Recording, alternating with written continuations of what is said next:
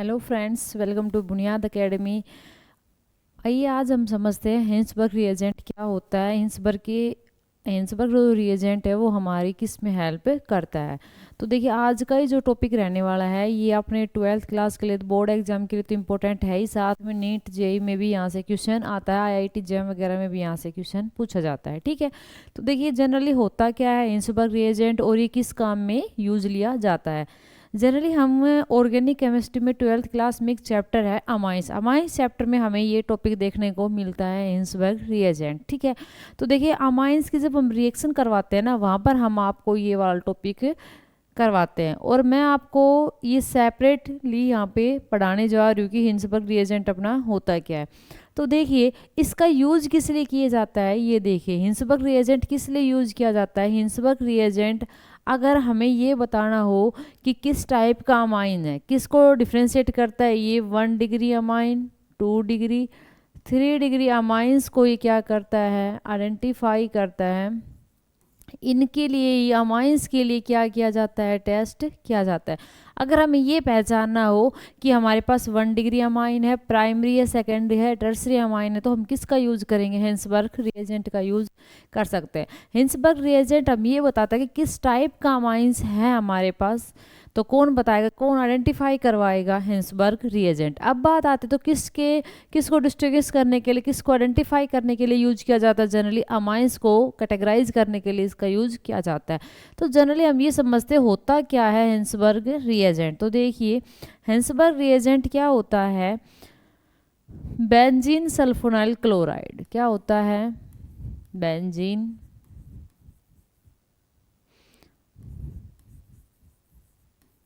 Sulfonyl chloride. Name से नहीं डरना है, बिल्कुल इजी वे में हम समझेंगे। बेंजीन सल्फोनाइल क्लोराइड को क्या बोलते हैं, हिंसबर्ग रिएजेंट बोलते हैं। इसको अराइल सल्फोनाइल क्लोराइड भी बोला जाता है। अगर फॉर्मूले की बात की जाए तो बेंजीन है तो C6H5 हम इसको आसानी से लिख सकते हैं।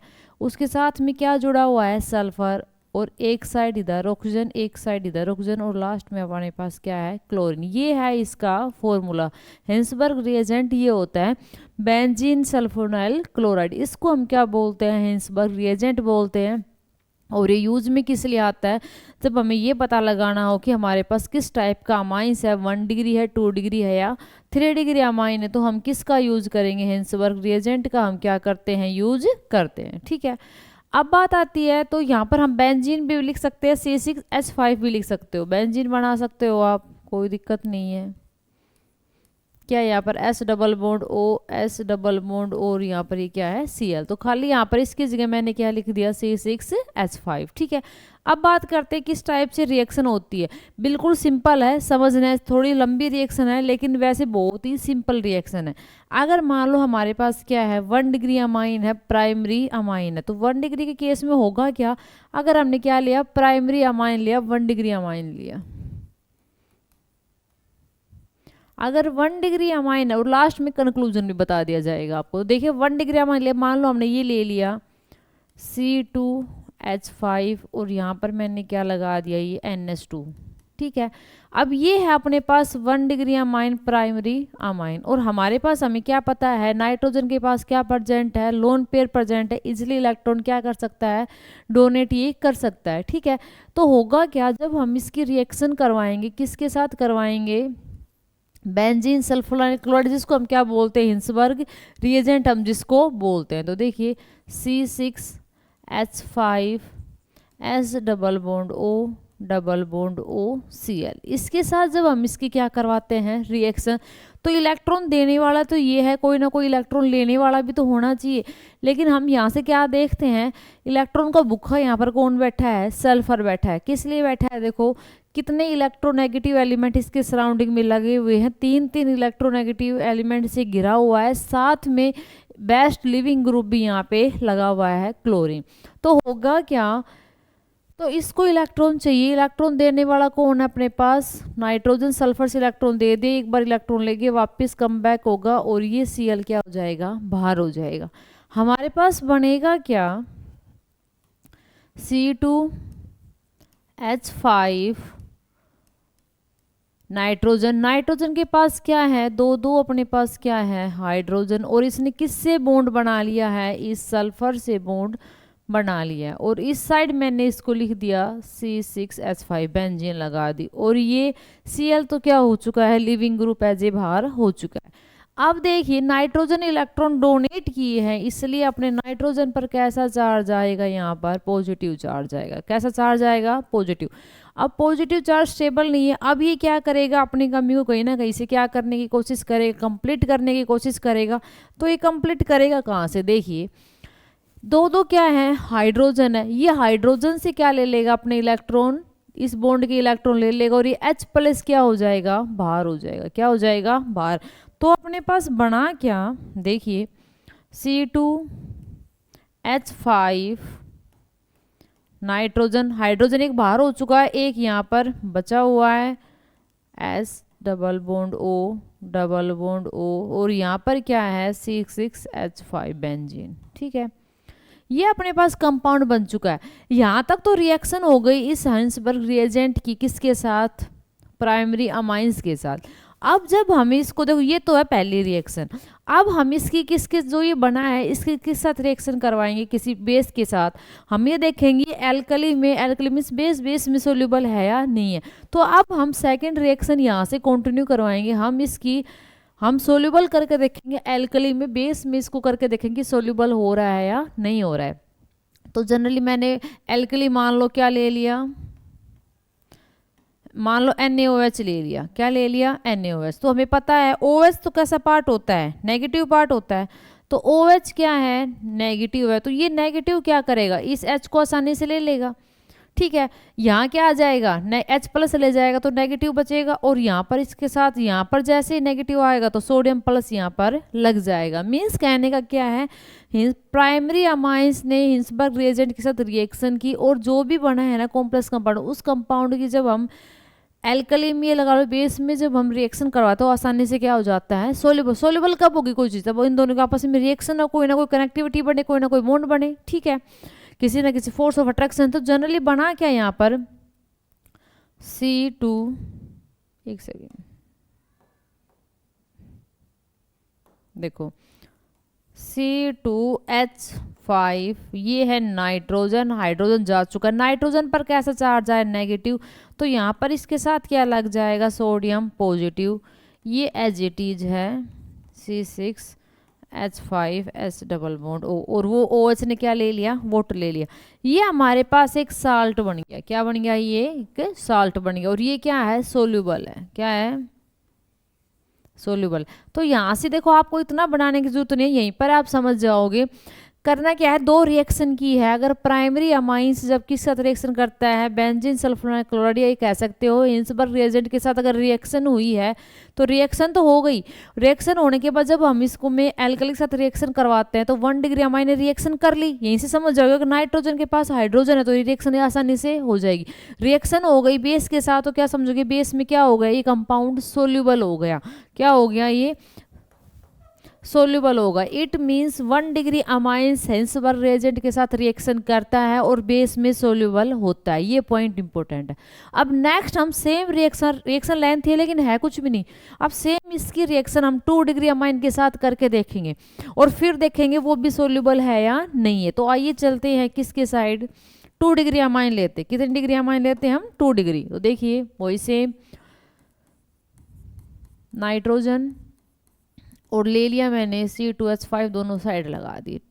वही सेम है, 2 डिग्री अमाइन है। क्या है ये, 2 डिग्री अमाइन। 2 डिग्री अमाइन है तो इसके पास नाइट्रोजन के पास क्या प्रेजेंट, लोन पेयर, आसानी से हिंसबर्ग रिएजेंट के साथ ही क्या कर लेगा, रिएक्शन कर लेगा। C2H5 बेंजीन सल्फोनाइल क्लोराइड, तो ये इसको क्या देगा, इलेक्ट्रॉन देगा। लिविंग ग्रुप है जी, इलेक्ट्रॉन जाएंगे वापस आएंगे, लिविंग ग्रुप क्या हो जाएगा, बाहर हो जाएगा और क्या बन जाएगा, C2H5 नाइट्रोजन, यहाँ पर भी क्या लगा हुआ है, C2H5 और एक हाइड्रोजन इसके पास ये लगा हुआ है, रिएक्शन बॉन्ड बना लिया इसने इसके साथ C6H5। ठीक है, अब देखो यहाँ पर नाइट्रोजन इलेक्ट्रॉन दिए हैं तो सेम कहानी, कैसा चार्ज आ गया, पॉजिटिव चार्ज आ गया। अब सोचने वाली बात है, अब देखो नाइट्रोजन के पास हाइड्रोजन है तो ये अपने क्या करेगा, इलेक्ट्रॉन यहाँ से लेगा, H प्लस क्या हो जाएगा, बाहर हो जाएगा और बन क्या जाएगा, C2H5। यहाँ भी C2H5, न्यूट्रल हो चुका है चार्ज इस पर, S double bond O C6H5। Hinsberg reagent के साथ तो 2 डिग्री अमाइन ने रिएक्शन कर ली, लेकिन जब हम अगेन इसको क्या करवाते हैं, सोल्यूबल करवाते हैं, एल्कली के साथ क्या करते हैं, NaOH डालो, कोई भी बेस आप यहाँ पर यूज कर सकते हो, जनरली एल्कली बेस बोलते हैं, बेस के साथ रिएक्शन करवाते हैं। तो यहाँ से देखो वही सेम सोच कर देखो, OH नेगेटिव आएगा, OH नेगेटिव किसको लेगा, नाइट्रोजन के पास हाइड्रोजन तो होना चाहिए, तो क्या इस केस में हाइड्रोजन है, नहीं है, क्या नहीं है, यहाँ पर हाइड्रोजन नहीं है, तो ये यहाँ पर रिएक्शन नहीं होगी। मींस 2 डिग्री अमाइन ने हेंसबर्ग रिएजेंट के साथ तो रिएक्शन कर ली, ठीक है, ये फर्स्ट रिएक्शन तो अपनी हो चुकी है, लेकिन यहाँ से सेकंड रिएक्शन नहीं हुई। मींस ये बेस में क्या है, इनसोल्यूबल है, क्या है ये, एल्कली में क्या है, ये इनसोल्यूबल है। बताओ इतनी कहानी समझ में आई, क्या है ये, इनसोल्यूबल है। तो प्राइमरी अमाइंस में तो क्या हुआ था, फर्स्ट रिएक्शन भी हो गई थी और यहाँ से सेकंड रिएक्शन भी हो गई थी। फर्स्ट क्या थी, हिंसबर्ग रिएजेंट के साथ रिएक्शन भी हो गई थी, और सेकंड क्या थी, बेस में क्या हो चुका था, ये सोल्यूबल हो चुका था। लेकिन जब हम बात करते हैं, किसकी बात करते हैं, जब हम इसकी सेकेंडरी अमाइन की, जब हम 2 डिग्री की बात करते हैं, तो हम 2 डिग्री के केस में क्या देखते हैं कि हेंसबर्ग रिएजेंट के साथ तो रिएक्शन हो रही है रिएक्शन तो, लेकिन जो बनता है उसको हम सेकंड रिएक्शन नहीं हो रही, क्यों, क्योंकि क्या नहीं है, नाइट्रोजन के पास हाइड्रोजन नहीं है, तो मींस बेस में क्या नहीं है, सोल्यूबल नहीं है, तो सेकंड रिएक्शन नहीं हो रही। इसी प्रकार से जब हम बात करते हैं 3 डिग्री अमाइंस की, किस बात करते हैं हम, अब हम लेके चलेंगे 3 डिग्री अमाइंस। तो देखिए, मान लो वही ले लिया C2H5 नाइट्रोजन, यहाँ भी मैंने लगा लिया C2H5, यहाँ भी मैंने क्या टेस्ट कर दिया, C2H5, 3 डिग्री अमाइन ले लिया हमने। वहीं सेम नाइट्रोजन के पास भी क्या प्रेजेंट है, लोन पेयर अभी प्रेजेंट है।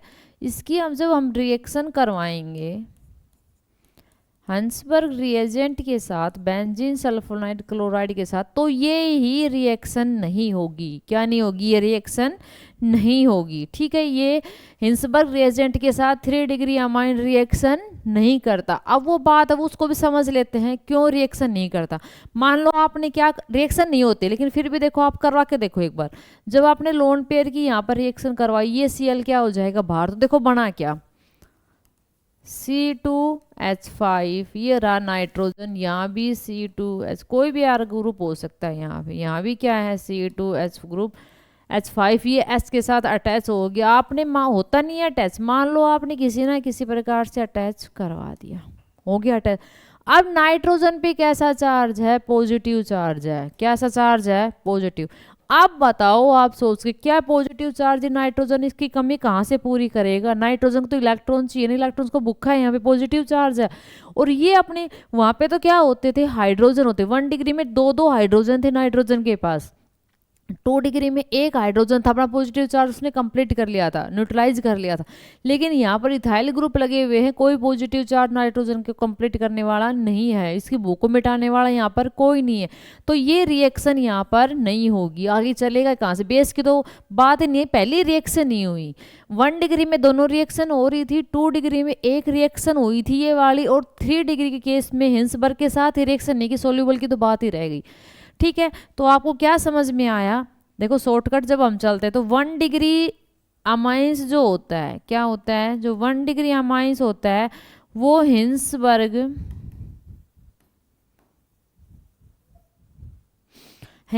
रिएजेंट के साथ रिएक्शन कर लेता है, ठीक है, और बेस में भी क्या हो जाता है, सोल्यूबल, रिएक्शन भी कर लेता है और बेस में ये लगा लो एल्कली में सोल्यूबल भी हो जाता है। इन एल्कली में क्या हो जाता है, सोल्यूबल भी हो जाता है, दोनों रिएक्शन होती है। लेकिन जब हमने 2 डिग्री अमाइंस की बात की तो हिंसबर्ग के साथ तो अगेन रिएक्शन हो जाती है, ये रिएक्शन तो हो जाएगी, लेकिन वो एल्कली में सोल्यूबल नहीं होता, क्योंकि नाइट्रोजन के पास हाइड्रोजन बचता नहीं, एक हाइड्रोजन होता है, अपना चार्ज पूरा कर लेता है। और एल्कली का जब OH base negative, OH negative आता है तो उसको हाइड्रोजन वहाँ पे नहीं मिलते। लेकिन जब 3 डिग्री अमाइंस की हम बात करते हैं तो यही रिएक्शन नहीं होती, तो वो तो कहाँ से होने वाली है। तो इस प्रकार से इसने कैटेगराइज कर दिया हिंसबर्ग रिएजेंट ने। एक बार आप अच्छे से स्क्रीनशॉट लेके अच्छे से वीडियो को देख के ध्यान से समझना क्या कह रही हूँ। हिंसबर्ग रिएजेंट क्या करता है, प्राइमरी अमाइन के साथ रिएक्शन करता है, जो बनता है वो बेस में क्या होता है, सोल्यूबल होता है। लेकिन जब हम 2 डिग्री अमाइंस की बात करते हैं तो हिंसबर्ग रिएजेंट के साथ तो रिएक्शन हो जाती है, देखो एक हाइड्रोजन था, चार्ज अपना न्यूट्रल कर लिया, रिएक्शन हो जाती है, लेकिन आगे बेस में यहाँ पर रिएक्शन नहीं होती है, ठीक है। बेस मीन्स इनसोल्यूबल, रिएक्शन नहीं होती, इनसोल्यूबल है। लेकिन जब हम 3 डिग्री अमाइंस की बात करते हैं तो 3 डिग्री अमाइंस में 3 डिग्री अमाइन जो है वो कोई भी 3 डिग्री अमाइन ले सकते हो, वो क्या नहीं होता, हिंसबर्ग रिएजेंट के साथ ही रिएक्शन नहीं करता, ये रिएक्शन नहीं होगी, ये प्रोडक्ट अपना नहीं बनेगा, ये प्रोडक्ट नहीं बनेगा तो आगे तो सोल्यूबल की तो बात ही नहीं है। तो इस प्रकार से हिंसबर्ग रिएजेंट हमें ये बता देता है कि हमारे पास किस प्रकार का अमाइन है। 1 डिग्री है तो रिएक्शन भी होगी हिंसबर्ग रिएजेंट के साथ और सोल्यूबल भी होगा, ठीक है। अगर 2 डिग्री अमाइन है तो हिंसबर्ग के साथ रिएक्शन हो जाएगी, बेस में सोल्यूबल नहीं होगा, सिंपल सा है। और अगर 3 डिग्री अमाइन है तो हिंसबर्ग के साथ ही रिएक्शन नहीं होगी, तो सोल्यूबल भी वो नहीं है, ठीक है। देखो 1 स्टेटमेंट में क्वेश्चन भी पूछा जाता है, काफ़ी एग्जाम में देखा गया है कि which of the alkene, which of the amines is react with, ये लगा लो Hinsberg reagent and soluble in alkali, तो आप किस पर टिक करके आओगे, प्राइमरी अमाइन। अगर स्टेटमेंट ऐसी मिली which of the amines is react with Hinsberg reagent does not soluble या इनसोल्यूबल इन एल्कली या बेस, तो आप क्या कहोगे, 2 डिग्री अमाइन है। और which type of amine does not react with Hinsberg reagent, तो 3 डिग्री अमाइन। तो यहाँ से स्टेटमेंट में भी कुछ क्वेश्चन बनते हैं और आपसे ऐसे भी क्वेश्चन पूछे जाते हैं। तो अगर ये पूछे कि जो हिंसबर्ग रिएजेंट है वो किसको आइडेंटिफाई करता है, तो क्वेश्चन ये भी आ सकता है कि भाई अल्कोहल को करता है, अमाइंस को करता है, फिनोल इथर करता है, किसको करता है, तो किसको करता, किसके लिए टेस्ट किया जाता है, अमाइंस के लिए ये टेस्ट अपना किया जाता है, ठीक है। ऐसे आप पिछली क्लास हमारी जरूर देखिए, हमारे चैनल पे है वो क्लास की लूकास टेस्ट मैंने आपको करवाया था। तो कुछ ही इंपॉर्टेंट क्लास चल रही है जो मैं आपको चैप्टर में तो पढ़ाती हूँ, साथ में मैं आपको डिफरेंट एक सेपरेट वीडियो लेके आती हूँ ताकि आपको एग्जाम टाइम में कोई भी प्रॉब्लम ना आए। तो लूकास टेस्ट हमने किसके लिए पढ़ा था बताइए कमेंट करके, ठीक है। और आज हमने कौन सा कवर किया है, हिंसबर्ग रिएजेंट, जो अमाइंस के लिए हम इसको पढ़ते हैं। आई होप आपको समझ में आया होगा, कुछ भी समझ में ना आए तो आप कमेंट बॉक्स में लिख सकते हैं। Thanks for watching.